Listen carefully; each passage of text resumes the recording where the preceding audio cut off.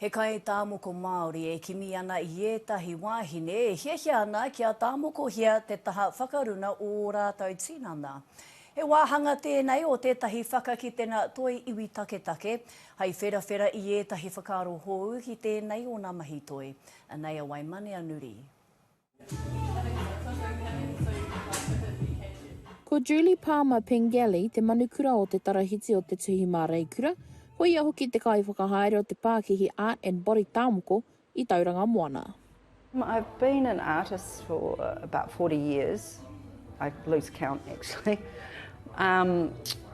You know, I trained in Māori art and I've been practicing pretty much ever since and worked in the education space. I've been doing moko for 32 years.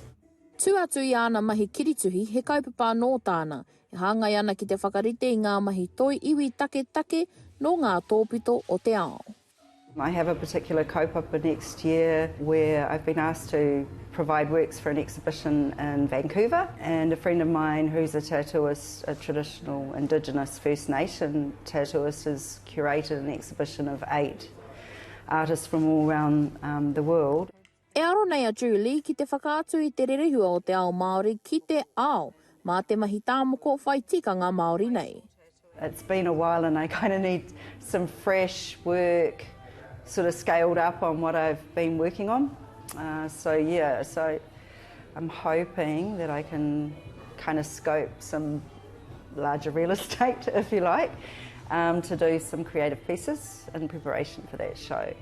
I nā te nui o ngā mahi kai te kimi kai āwhina ia I Tauranga Moana mā runga pukamata. Social media is a really weird thing. Like, people will just go, yeah, I'm keen. I'm like, could do a little bit more than that. Like, treat it a bit like a job interview. You know, it is a big commitment, so I want to know that you're committed to it, and also that you've done a little bit of work to show that, you know, you kind of should be on it.